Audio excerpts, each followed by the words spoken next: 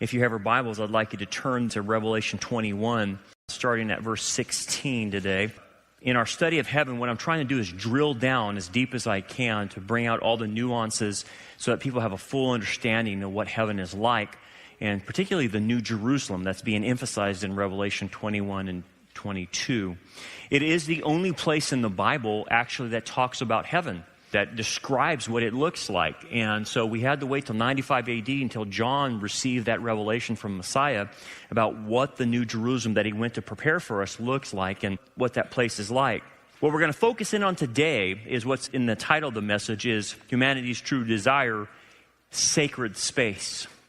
Because in sacred space, the Kodesh, HaKodashim is the Holy of Holies. What you notice is it's a cube, and it's signifying the Holy of Holies, but in a very much larger scale than what the original one looked like in the tabernacle and the temple. But in sacred space, what you find out is that everything we have been looking for is found there. In Ecclesiastes chapter 3, it says this, and Solomon wrote this, he says, he has put eternity in their hearts, talking about human beings, that we have a sense and a longing for this other reality, this eternity, this place, this sacred space that we once had. And our forefathers, Adam and Eve, had it. They got to be in sacred space with the Holy Triune God. And in our hearts, we want to go back to that place. And if you remember in the Garden of Eden, it says this, they were naked and not ashamed. If you remember that phrase, that's a key understanding spiritually that in that sacred space, their communion with God had no condemnation. There was nothing that they were ashamed about. There was no guilt. There was no feelings of, I need to retreat in that environment until they fell. And in that place, this Kodesh HaKodashim, there's no threats to us anymore. There's no pressures of life that are bearing down on us. In this place, there's no trials and tribulations. They're over. It's a place of rest. It's a place that joy never gets old. It just keeps getting newer and better the more we're there. It's a place where everyone treats you right. No one's messing with you. No one's trying to hurt you. No one's trying to do evil things to you. It's a place where even ourselves, we are free to act in obedience. We don't have the sin nature with us, pulling us back, making us rebel. We're actually free from the sin nature. And you finally, as Paul talked about in Romans 7, as he battles the sin nature, he goes, the things I want to do, I don't do, and the things I should do, I don't do that. But in this environment, you finally become and do what you need to do and want to do, which is obedience to the Lord.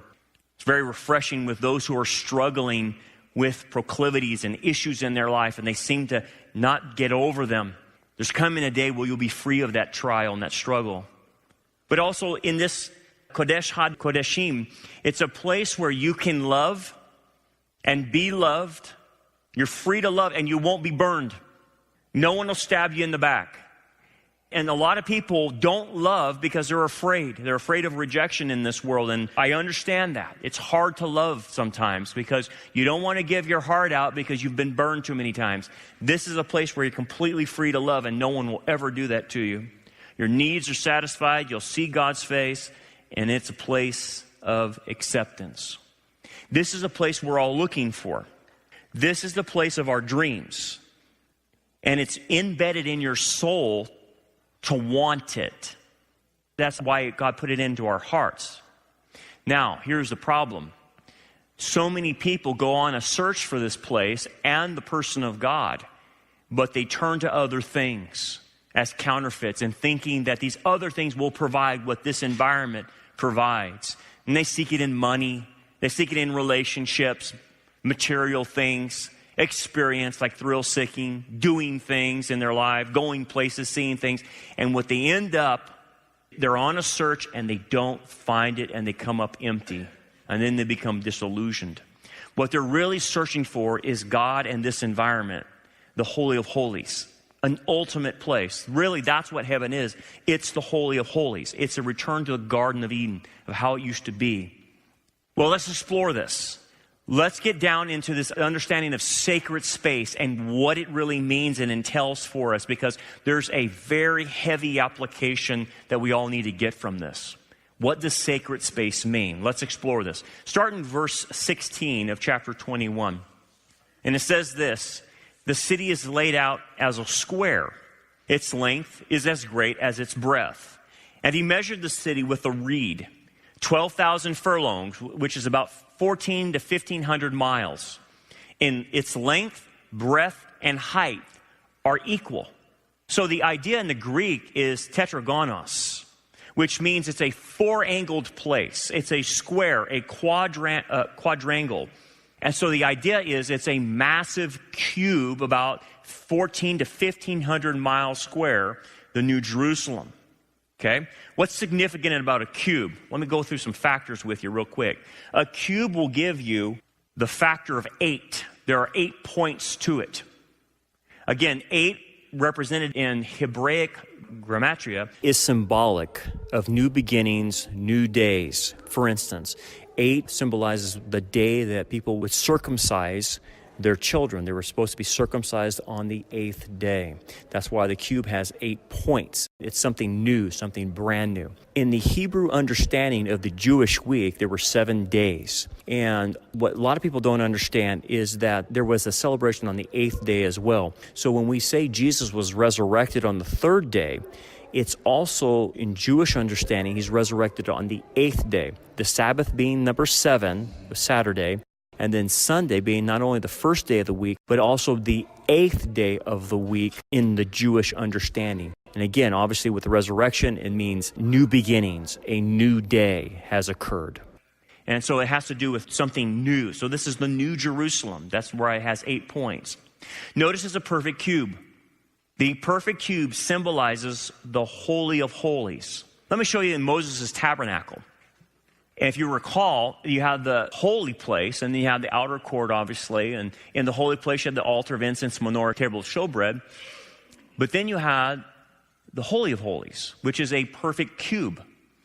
And then you have, obviously, the Ark of the Covenant, which was God's footstool, and his presence would be in the Holy of Holies. And if you recall, Moses could go in there and commune with God, but only the high priest could go in there once a year on Yom Kippur, a Day of Atonement, with blood, and then he could lay the blood on the altar, and he could only be in there one time. And we talked about that a little bit last week.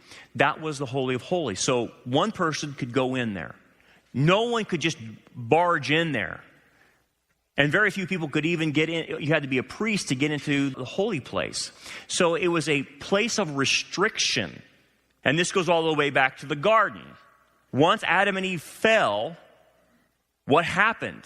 They were kicked out of the Holy of Holies, the garden Holy of Holies, and God put a cherub with a flaming sword to keep them out.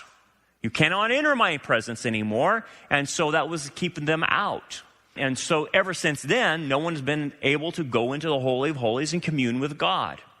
And so this was the lesson that Israel was being taught. And here's kind of what it would have looked like, similar to this, because it was all encased with gold. And with the Shekinah glory above the ark, that was the only light in the Holy of Holies. Otherwise, there was no natural light, no artificial light. The light came from God's Shekinah. So that's what the priest would have seen, as the Shekinah glory reflecting off of all the gold over the wood. I have a couple other pictures, I think. Here's another picture of it, and you can see how it would have reflected the light to the high priest. This is where you start seeing the gold in the New Jerusalem. It's patterned off of that. Let's go to the next one. You can see what it would have looked like with the tent opened up, and you can see inside. Okay, let's go to now. Then Solomon builds the temple. And in Solomon's temple, we finally have a permanent location for the Holy of Holies.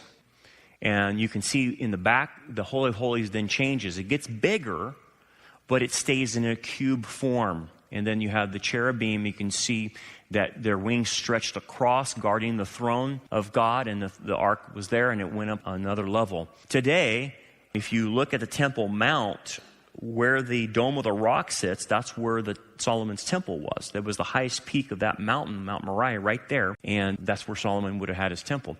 As you can see, it's higher in Solomon's temple. They would have taken stairs up to it. And again, it was a cube space.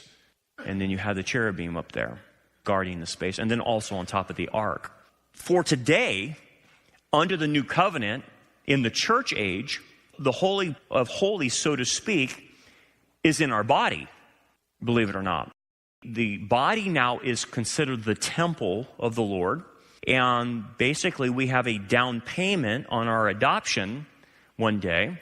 Will we be adopted, which means we'll get a glorified body. But right now, the Holy Spirit now indwells permanently in our Holy of Holies.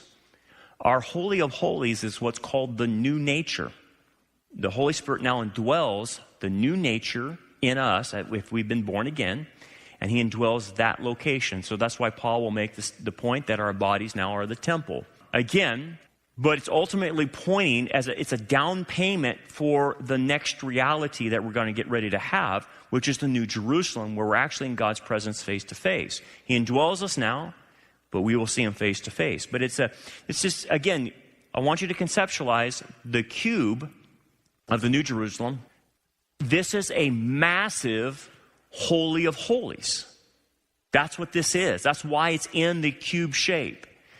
Do you know what the counterfeit to this is? There's one object you've seen in all ancient civilizations on the planet. It's a formation that is in direct contrast with a cube. It's a pyramid. We see this obviously in Egypt, but in Mesopotamia, the remains of the Tower of Babel, it's a ziggurat, which is pyramid-shaped. And if you go to all the ancient civilizations, what you'll see is ancient formations of pyramids. Mayans, Aztecs, all have pyramid shapes. That's a counterfeit to the cube, because the cube shows Holy of Holies is perfect, whereas a pyramid is man's attempt to reach up to God and work his way to the heavens. So it's in direct contrast. So even in the shapes that you see out there, the shapes mean things. So what is this? This is sacred space. Okay, what's the size of this? Let me show you the next picture. If it was put on planet Earth, this would be the size of the New Jerusalem. Now I want you to think about this. It's 1,400 to 1,500 miles square as a perfect cube. What this means is there's about 2,250,000 square miles just on the base alone. Okay? As far as cubic, and we think that this space has multi-dimensions, not just 3 dimensions, but multi-dimensional. If you do the cubic miles, it's 3,375,000,000 cubic miles. That means up and down, across, using all the space. It is massive. Okay, so let's do some calculations. From Adam to our time, it's estimated there's been about 40 billion people on planet Earth. Estimation. If you take in the millennium that there's only death of unbelievers, you might have another 40 million people who live in the millennial kingdom, future. If you take that, that gives you about 80 billion people. Then you take children in that have died before the age of accountability, babies and children. They estimate about 20 billion children who would be in heaven. So you have, from Adam to the end of the millennium, including children that have died, about 100 billion human beings that have ever been created, estimation-wise. But Jesus said, broad is the road of destruction and narrow is the path, and very few who find that path. So let's just take an estimate. Let's estimate that 20 billion people make it to heaven. Okay? It may be less than that. Okay? If we take 20 billion people and we stick that number into the New Jerusalem and the cubic miles and the square miles, I want you to think about how much space you would individually have if 20 billion people were in this cube. Because you think, well, what would be like this? It would be standing like that. There's hardly any room with all those people. No. You would have to yourself 75 acres to yourself alone, and more cubic. So you have 1/3 of a mile going every direction, up, down, below you, to the side. 1/3 of a mile given to you for your own space. Dude, I can make a golf course on that. That's what I'm thinking. When I get there, hey, I can start designing my own golf course. I can be my own Tiger Woods designer. You can make your own amusement park with space like that. 75 acres per individual, cubic, up, down. It's massive for 20 billion people. So what we see is God is saying to us, hey man, you're not going to be crammed up. You're going to have your own park to you. You're going to have your own space, and I'm giving this space to you for all eternity. Beyond going outside of the place, you're not trapped inside the place. You get to explore the vastness of the new universe and the new earth. This is just your home pad. That's all. Imagine your own home has 75 acres. Wow. It's huge. This place, and you can see it on the continental United States. Go to the next slide. This is what it would look like over the United States. That's how big it is. Massive. Absolutely massive. And then if you put, again, another picture on the earth, this is what it would look like. So it's obvious that on the new earth, it seems that the new earth will probably be bigger to accommodate it because, this is odd. So we theorize that the new earth that God creates is going to be more massive in its size to accommodate this place because our earth would not accommodate it. Okay, so give me some numbers. This is just on the ground level, by the way. Just the ground level. We don't understand multidimensional. So going up and down, and again, you are like an angel. You have the ability to fly and move about. You're not bound by the laws of gravity in this place. So as much as angels move across these areas, up, down, vertical, horizontal, you too can do the same thing. So the concept of space is very difficult sometimes. We just think of flat surfaces, but you have to think multidimensional. And that being the case, it's 10 times bigger than France and Germany. It's 40 times bigger than England, and it's 15,000 times bigger than London, just to give you some estimations. It's massive, just massive. Let's move to the materials of the place. Let's skip down to verse 19, because we've already dealt with verses 17 and 18 already, so I don't want to repeat. So let's jump to verse 19. And it says this: the foundations of the wall of the city were adorned with all kinds of precious stones. The first foundation was jasper, the second sapphire, third chalcedony, the fourth emerald, the fifth sardonyx, the sixth sardius, the seventh chrysolite, the eighth beryl, the ninth topaz, the 10th chrysoprase, the 11th jacinth, and the 12th amethyst. Now, just show you some pictures of what we think some of these, again, some of them we're guessing because it's using the ancient words, and sometimes we don't know what the modern equivalent to the jewel will be. So we're taking our best guess. And so what you start seeing is these are the colors associated to this place. It's absolutely beautiful. And if you were looking on the foundation stacked up against each other, this is what the foundation would look like. And it's just absolutely just all jewels and metals. This is very similar to what we saw with the jewels on the high priest's vestments. If you can look at this, is the breastplate of the high priest. These jewels represented the 12 tribes of Israel, and he wore that on his chest as a representative of that. But again, all the jewels are pointing to something. Let me show you some other pictures of the high priest. And then obviously he would have on the breastplate right there in the front of him is where the jewels would be. And you can see that. I think we have a close-up. There we are. That's how it would look. Okay, so what is this idea of even the breastplate of the high priest, and then you have the foundations of these different colors? What are all these jewel things pointing to? It's real simple. It's a principle in Scripture. It's a principle that the jewels and the metals only come from God. What comes from man is wood, hay, and stubble.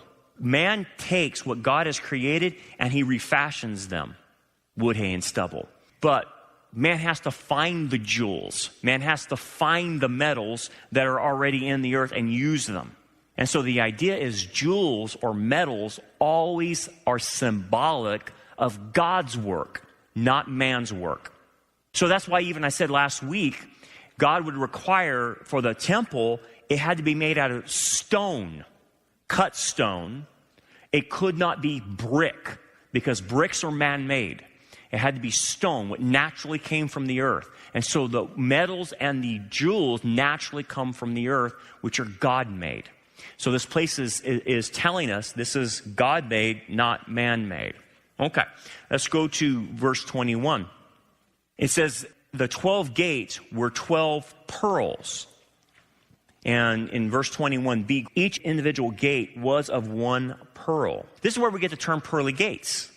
Now, a pearl is a gem, but it's naturally created out of living flesh, right? It's not created from heat and the process of volcanic activity or anything like that.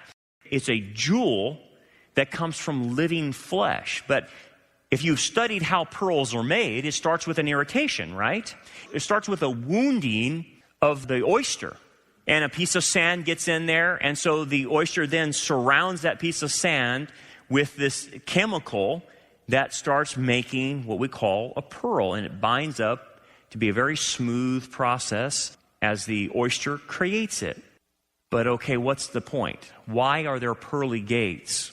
Well, again, this is the only jewel that comes from living flesh, that comes from a wound. You see where it's pointing to? Yeah, you got it. No doubt, gold, silver, the gems, the emeralds are made by God. But this one gem, God did make, but he had to become a living human being, right? He had to take on flesh. And in that flesh, he bore our wounds, right? He became wounded.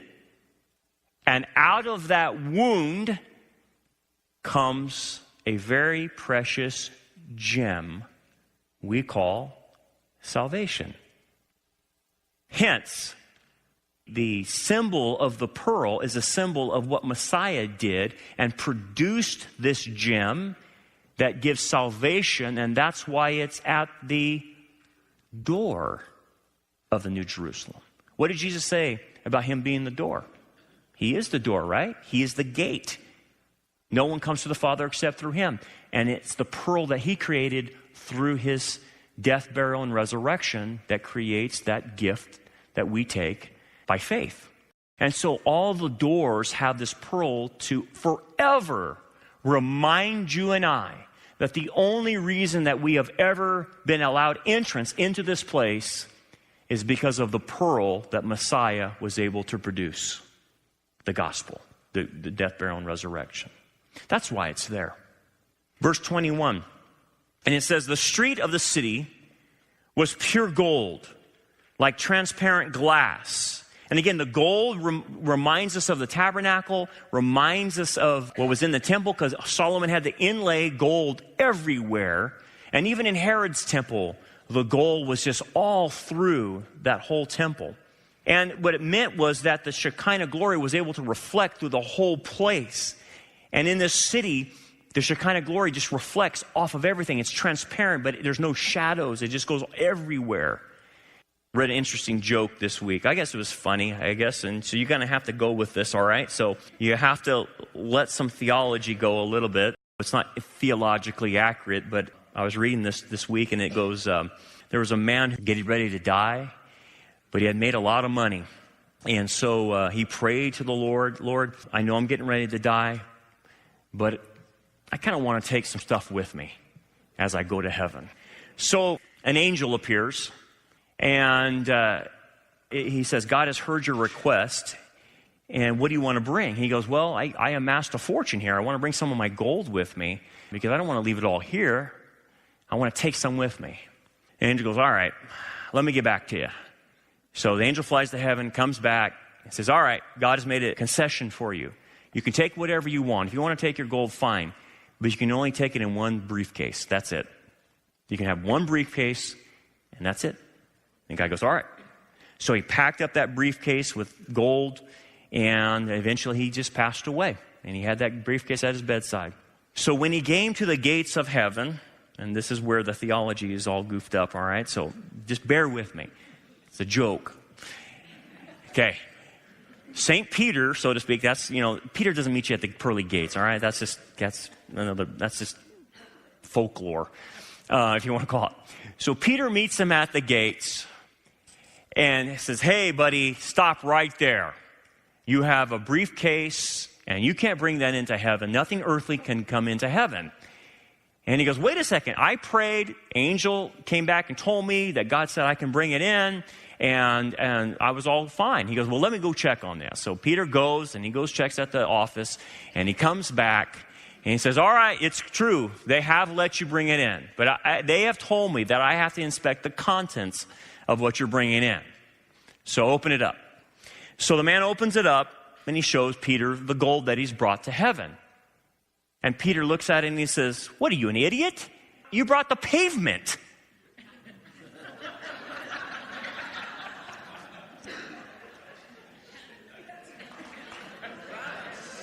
Wow.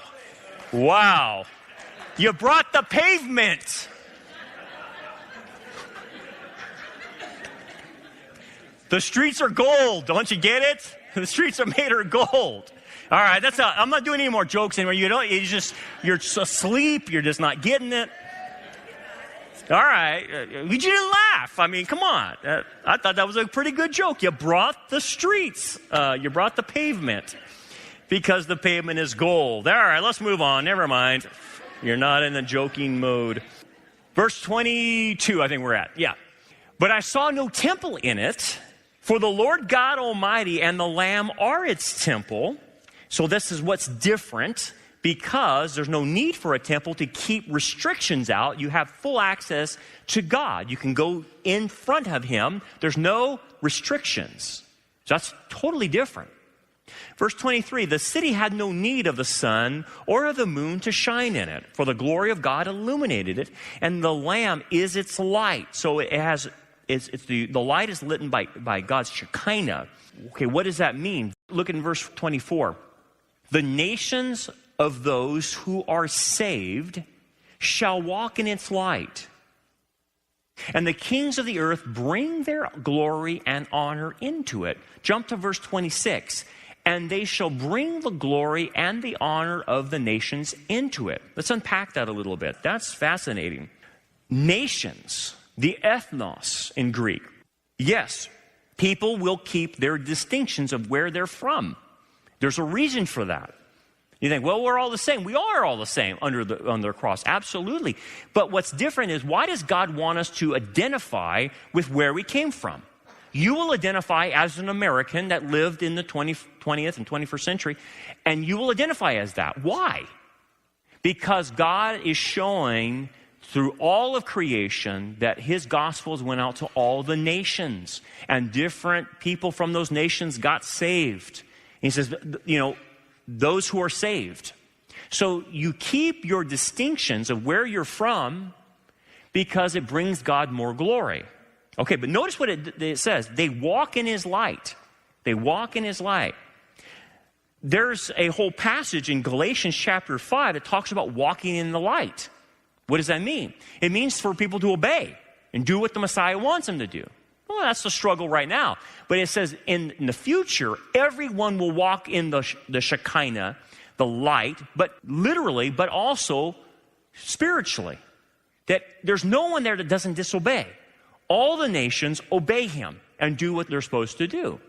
But notice this too, that the kings of the earth bring their glory and honor into it. What kings? What other kings other than King Jesus? Now we get a precedent. Now we get somewhere to hang our hat. That rewards are eternal. Because in the New Jerusalem, you're in eternity. This is not the Messianic kingdom.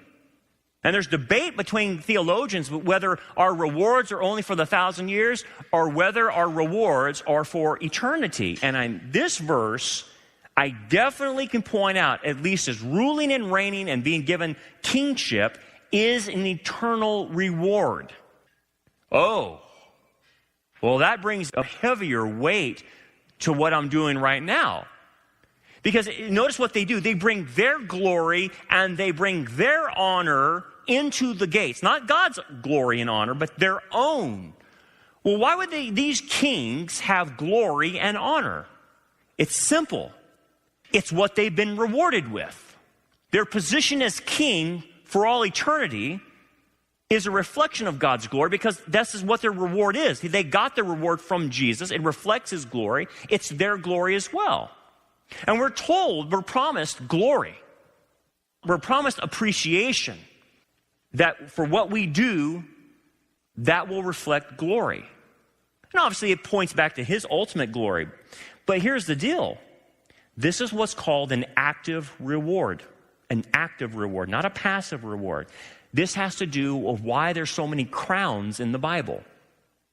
There's 5 we know at least of. There might be more. But all the crowns have to do with ruling and reigning as kings. So for instance, let me give you the first 5 of why someone is rewarded for these first 5. The first one is the incorruptible crown, which means it's mastery over the sin nature. Mastery over the sin nature. The second crown is those who joyfully wait for Christ's return. They're in the prophecy. They're looking for the timetable, and they live righteously according to that. That's called the crown of righteousness. The third crown is the crown of life. Those who endure trials and tribulations in a biblical way get the crown of life. And then there's those who evangelize and influence others towards righteousness. That's the crown of joy. There are those who finish the calling that God gave them to do. They finish their mission in life. That's called the crown of glory. Crown of glory. Notice the glory. But there's all kinds of things. There's other rewards in Revelation 2 and 3 talk about overcoming certain things, overcoming apostasy, overcoming Laodicea mentality, overcoming the Jezebel spirit of false doctrine and spiritual adultery. All those things eventually get rewarded, and those people will bring their rewards into the New Jerusalem, and they'll have their own honor and glory. But I can tell you this, those people are not being rewarded right now. They look like fools to the world right now, because they serve and they serve and they serve, and the world looks at them and says, what are you getting out of this? Well, the scripture is saying that's what they get out of it. They might look dumb to the world. They might look, well, what you're doing is stupid. What you're doing is insignificant, but it's not. Eventually, God rewards them with crowns and honor, and they bring that into the New Jerusalem. Pretty amazing. Verse 25, its gates shall not be shut at all by day. There shall be no night there. Jump to, I want to throw in Revelation 22:5 real quick, because that's talking about the same thing. There shall be no night there. They need no lamp nor light of the sun, for the Lord God gives them light. Now, again, this is real, but it's also a spiritual lesson as well. There's no night there, and that's why the gates are not shut. Let me show you the pearl gate, just to have an understanding. Okay, the gate remains open because there's no night. I mean, like, what does that mean? Well, you have to go back to ancient times and to understand the purpose of gates and walls and all that stuff. At night, if you lived in an ancient city, they would close the gates. You couldn't get in there at night because they're afraid of being overtaken by bandits or robbers or an invasion from another army. So they would close the gates at night. But because there's no night, the gates remain open. Okay, so I get that, but what is it metaphorically saying to me? What is it spiritually saying to me? It's pointing to the reality. There's nothing that can threaten this place. That's why the gates stay open. The light means that the revelation of God comes through the whole place. There is no shadow. There is no evil. There is no sin that can make it in. If you remember, God had to put a cherub with a flaming sword to keep Adam and Eve out. Because if they went in there, they would desecrate the place. And that's the same that's associated with the tabernacle and the temple. Not everybody could go in there because they would desecrate the place. Well, there's no one to desecrate it anymore. Everyone that could possibly desecrate this place is in the lake of fire. The devil and his angels and every unregenerate that never came to faith is in the lake of fire. So there's no threat anymore of anyone doing anything wrong or threatening you. So these gates stay open and wide. Verse 27, but there shall be no means enter in anything that defiles or causes an abomination or a lie, but only those who are written in the Lamb's book of life. So basically only saved people. And you think, okay, I get that. I get that. But let's really drill down on what that means. Again, if people die without Christ, they die in their sins. And then they get labeled, according to the scripture, by their most prominent proclivity. So if lying was their proclivity, they get labeled a liar. Sexual immorality was their proclivity, they get labeled a fornicator, whatever. They're called by their most prominent sin because they end up dying in that sin. And he's saying, look, those who die in their sin, they're not coming in, they're going to defile this place. There's no abomination or anything. Okay. So right now, as I get ready to go on my soapbox, remember, I'm not attacking the people because they still can get saved, but I'm attacking the mindset. Because when you see a passage like this, it's easy to gloss over and say, yeah, that's in the sweet by and by. But I want you to remember the reality that you're living in. We're living in a very harsh, evil, sinful reality. Just try raising kids in this environment. It's a nightmare, right? Because you have a lot of things coming at you. So let me get on my soapbox. There will be no more blasphemers. Like the Minnesota State University professor, Eric Spankel, far left Satanist, who you accuse God of being predatory to Mary. That she didn't give consent. Hashtag me too. Yeah. Accused God of being predatory. That he said that this virgin birth story is about an all-knowing, all-powerful deity impregnating a human teen. There is no definition of consent that would include a scenario. Happy holidays from the Satanist. Someone quickly pointed out Mary did give consent, which he responded, well, there's too much power in that dynamic between God and a human for consent to be legit. The biblical God regularly punished disobedience. The power difference, deity versus mortal, and the potential for violence for saying no negates her yes. To put someone in this position is unethical, abuse of power at best, grossly predatory at worst. Yeah, that's coming out of your universities, by the way. You think about sending your kid to college? That's the junk they get. Not in the New Jerusalem.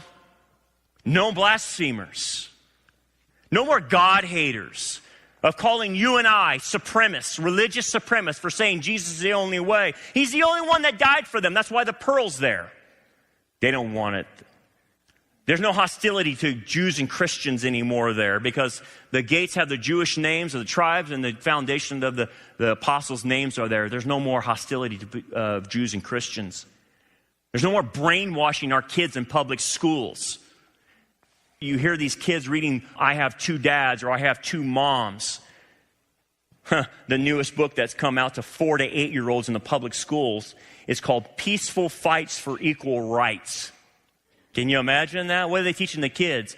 Oh, this is what they teach. Teaching kids how to protest and resist. Boycott, camp out, file a lawsuit, strike, supporting radical feminism, diversity, dissent, pro-immigration, pro-equal cultures. That's all in the book for 4-year-olds, by the way. Coming out to a school near you. Social justice warriors, communistic, socialistic. No more. They're all gone. No more bagging on the Bible, saying it's full of errors. Hey, we've had 2,000 years. You can't prove anything. It's consistent. It's divine. It's supernatural. And you can deny it all you want. No more Richard Dawkins. No more Christopher Hitchens. No more Sam Harris's suppressing the truth in unrighteousness according to Romans 1. Again, I'm not attacking them personally. I'm just attacking what their philosophy of life is. They're atheists. No more false religions. No more Islam, Catholicism, Mormonism, Hinduism, Buddhism, JWs. All gone. No more cults. Again, I'm not attacking the person. I'm attacking the religion. These are false satanic religions. They're all gone. No more globalism telling us we need a one world government to solve humanity's problems through implementing Marxism. It's gone. No more intersectionality, creating a world of victims. Everyone has positive rights, and the weirdest individual has the most rights. If you want to marry a horse and be a transsexual, transgender, whatever, yada, yada, yada, Martian, I guess you have the most rights on the intersectionality of hierarchies. No more mothers teaching their boys to be transgenders and cross-dressers and not celebrating it. No more transgenders reading in public libraries to kids and goofy parents taking those kids to listen to the transgender demon-inspired individual reading a book to them. No more, it's gone. No more calling Christians and Jews bigots, racist, xenophobic, LGBT-phobic, Islamophobic, white supremacist, religious supremacist. It's gone. No more universities brainwashing our kids with race studies, feminist studies, porn studies, queer studies, claiming that the problem is white evangelical Americans are the problem. No more. It's gone. No more satanic economic systems like socialism, Marxism, London School of Economics, Keynesian economics. It's all gone. No more people saying capitalism is the problem or the free market. No more telling us that we're global warmer deniers. Come on. No more colleges like Yale offering vending machines for the morning pill after with some girl or guy who had fornication the night before and Saturday night, and then they go into the dorm where there's a vending machine to take the abortion pill, the morning pill after, so she can erase what she did by murdering a baby. That's Yale. They're offering in the vending machines. No more anti-Semitic, anti-Zion rhetoric. No more attacking biblical marriage, biblical families. No more political correctness. It's gone. How about this? No more Church of England giving a second type of baptism for transgenders for their new sexual identity. That's gone. No more gay pastors telling people that premarital sex is okay. No more feminist pastors melting down purity rings to create a vaginal statue. Yeah, purity rings we put on our kids say, hey, we're going to wear a purity ring until you're married. The new trend is we're going to melt those rings and create a vaginal statue with it to celebrate your fornication. No more. No more pastors and churches having meditation, centering, yoga, New Age practices at their church and on their website. No more people telling us to accept that they're insane and accepting that as normal. That's gone. No more Celine Dion giving Illuminati and New Age clothing to kids that are gender neutral. No more Facebook centering Santa bowing a knee to baby Jesus. You believe that? No more McDonald's worrying about offending people, offering gender-neutral toys and Happy Meals because he might feel he's a girl or she might feel she's a boy. We don't want to make them feel so bad. I know I'm on a soapbox, but when you start getting into when it says nothing's going to defile this place, we live in a world where we're so used to it being defiled by nonsense. You just kind of get used to it. But in this place, God's saying it ain't coming in. It's not there. There's going to come a time in your life where you never have to worry about it again. I'm going to erase it all. Those who won't accept me will be in the lake of fire. Those who will be in this pure environment. This is what we're all longing for. This is what our heart's desire is, a place where it's pure. What's the application? Sacred space equals this. When I'm talking about the Kodesh, HaKodashim, I'm talking about sacred space, but here's the word that you need to understand. The sacred space is about acceptance. Acceptance via the Messiah. See, back in the Garden of Eden, man had acceptance. You know how he had acceptance? He walked in the cool of the day with Yahweh, and he was naked. That's a spiritual reality that Adam and Eve were vulnerable to the Lord because they had acceptance from him. And then what happened? Sin entered into the picture and broke them off. God had to put a sword and prevent them from coming in. And ever since then, we can't get to God because of our sin, right? And you know the story. And that has prevented our acceptance into his court. We can't go into his court. He's put a wall there. I'm too holy. You're sinful. There's a barrier between you and I. Well, you know the story. God sent the answer. He said it in Genesis 3. The woman will bear a child. We'll have a seed. That seed is the Messiah. And you know the story. So what Jesus does is he creates, through his death, burial, and resurrection, the entryway back into acceptance with Yahweh. He created that path back. That's why the pearl's at the gate. He's the gate back. He's the way back to communion with God, but acceptance where we don't have to be ashamed. Do you know why Jesus was crucified naked? Most people, you have the artist's rendition that he has a loincloth on him. He doesn't. They would have crucified him naked. Why? What's the symbolic meaning of that? What was Adam and Eve, right? They were naked.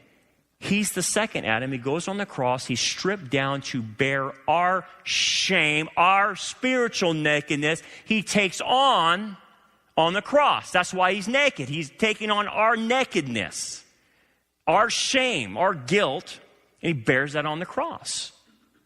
So that we, if we come by Messiah back to Yahweh, do not have to fear condemnation.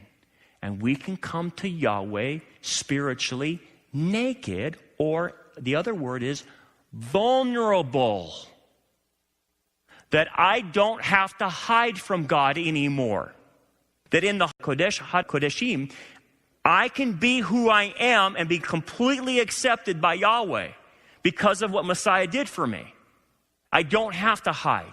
I can be in his full presence and be loved for who I am, not loved for what I do. And that is the crux of the matter. Now you think, well, I get that. Okay, I'm glad. But you got to take it one step further. See, we understand we're accepted by Yahweh because of Messiah. We have entry. Now we can go before him. But you know what? What I find out is a lot of us still keep our distance from Yahweh because we won't accept grace. We do for salvation, but we won't for sanctification. We rebel against grace because our sin nature says, I don't want to be given anything free. I want to earn it. I want to perform. I want to relate to you by law. And that messes us up. So here's the deal. You can experience this Holy of Holies in your own sanctification if you're willing to still function with a foundation of grace based on acceptance of you, good parts and bad parts. We all have bad parts in us. We all have broken parts in us. We all have immature parts in us. And that's what we try to keep away from Yahweh. We pretend we don't have them. And Yahweh's saying, you don't have to run from me. Come to me. Messiah paid for your sins. I won't condemn you for your bad parts. I want to help you. I want to help get those broken parts fixed. I want you to grow like my son, and I want to heal you up. But you won't let me because you would prefer to relate to me based on law. And there's a lot of Christians that relate to Yahweh based on law. See, grace is risky for a lot of people. They're just not quite sure about that one. You just going to accept me for how I am? Yeah. I don't know about that one. I would rather play this game with you. I'll relate to you on your standards. I'll try to keep the law. Or this is what they'll do. I'll try to relate to you on my family of origin standards. Or I'll try to relate to you on the standards I've created for myself. Guess what? I don't care what law you keep. Yahweh's, or you keep your own, or you keep your family of origin standards. Whatever standards you end up keeping, I can tell you what it results in. You won't grow. You just won't. Law kills. But Brandon, if I don't use standards, I'll lose a sense of control. Do you understand what that standard's doing for you? You're creating your own sense of self-righteousness. If I keep the standards, I feel good about myself. But I can tell you what it results in. You'll become disconnected from God and others. You're always going to try to prove yourself to God and others. And you will become a very angry individual. Because when you fail at the law, you get mad. You either get mad at yourself for failing and beat yourself up, or you'll get mad at God for having so high of a standard. That's how the game starts being played. Or you'll go one step further, and this is the kicker of why no one grows. They know the bad parts in them, they know the broken parts, and they know the parts that need to grow. But because they're relating by law, they'll just pretend they don't have them anymore. I don't have a problem. You're the one that has the problem. And so they just erase their issues and just kind of float away and go away. Well, we don't even think about it. That's what law does. That's how people start relating to God. They don't want to relate to him on grace. So basically what they'll do is they'll push people away. They'll push acceptance away. They'll push love away because they're afraid of being rejected. They only want to relate to people on performance. Relate to people by law. I want you to see the performance-based person, not the ugly part, the good and the bad. I don't want you to see that. Just relate to the performance-based individual. And what they're doing, guys, is hiding. They're like Adam and Eve in a bush, hiding from God in the garden. They're hiding. This is the game. This is how it's played. So instead of coming and embracing and saying, this is me and all my ugliness, and I know you accept me, I'm going to play the hiding game. I'll just keep parts hidden from you guys so you don't ever see them, and I'll front. That's how the game is played. I don't want you to see how needy I am. I don't want you to see how dependent I am. I don't want you to see my anger. I don't want you to see my lust. I don't want you to see my addictions. So I'm just going to hide and do performance Brandon so you can see the performance and like the performance Brandon. That's how the game's played. That's how people are doing their sanctification. They don't understand the Holy of Holies is now being able to enter into now. You can go beyond the veil, according to the writer of Hebrews, and you can go inside the Holy of Holies with boldness or confidence. And he's saying, there is no condemnation. Come to me. I will help you. But we are not going to operate between you and I on law and performance. My son performed for you. You're trying to be your own Messiah. Stop it. And if you stop it, we can now work on that. But I need you to be vulnerable, and I need you to confess what's going on inside you. Because we're not going anywhere until you do that. This is the crux of the New Jerusalem. This is where we're going, but this is what needs to happen prior to this. Because deep down inside, here's what we want. We want to be totally accepted, good or bad, just accept me and love me for who I am. That's what we really want. And God said, I will offer that. I will, but you got to play the game right. Let me show you this video, just to give you an example on a human level of what God's trying to do with us. I want you to watch this kid. This kid, Davion, has been in foster care all of his life. His mom died in prison, and he's never really known his mom, and he's been in foster care in the system the whole time. Watch this story. Davion only says he's never giving up on his dream. He wants the love of a family. So one Sunday, this 15-year-old foster child got dressed up, took the mic at this Florida church where he stunned everyone with a simple request: adopt me. I just said, I know God hasn't given up, and I'm not either. I'll take anyone, he said, old or young, dad or mom, black, white, purple, I don't care. The pastor who allowed him to speak says the whole church burst into tears. It just ripped at me. I had a number of them saying, Pastor, if I just had room, I would take him tomorrow. This is your room? He's been in and out of homes nearly a dozen times and never had a room or even pillow of his own. He was so concerned about revealing the combination to the lock that protects his belongings, he hid it carefully from our cameras. People sometimes just don't know how hard it is and how much we try to do good. His local newspaper followed him into church that morning and then published his amazing story, how his mother was in jail when he was born, how he never knew his family, and how he discovered in June while surfing the internet that his mother had died. All of a sudden, his story spread far and wide. On Twitter, please someone, anyone adopt this kid. At 15, he knows he's older than what many families are looking for. He knows he's not a perfect kid. He has a temper he has to control, anger from those years where he waited for a mother who never came. His case manager says he's already an inspiration for other children waiting to find families. I think that's a human's right to be loved and wanted. And when you don't feel that you are, it's hard to succeed in life. What's the most important thing that you want me to tell America? Just to love me forever. I just want people to love me for who I am and just to grab me and keep me in their house and just to love me no matter what. Think about that. I want someone just to love me forever and take me home. Take me to their house and make it my home. That's the message of heaven. God's saying, I'm willing to take you into my family. I'm willing to adopt you in, and I will love you forever. That's all we really want, isn't it? He finally got adopted. This is his court case. He was 16. He had been in the system all his life. You know who adopted him? His caseworker. She had already adopted like 3 kids or something like that. Her name's Connie Going. And he asked her, would you be my mom? And she finally said, I would. And so at 16, they went to the courts, and he finally got his home. And you think, that's a great story. And you know, a lot of people, he actually went and would try out at other people's homes, and they took him back because he had anger issues, and he has issues. But the caseworker knew his issues and says, I still love you no matter what your issues are, I want to bring you in. That's God. I know what your issues are, but I'm going to bring you in. And I'm going to love you forever. And I'm going to create a home for you. Man, it doesn't get any better than that.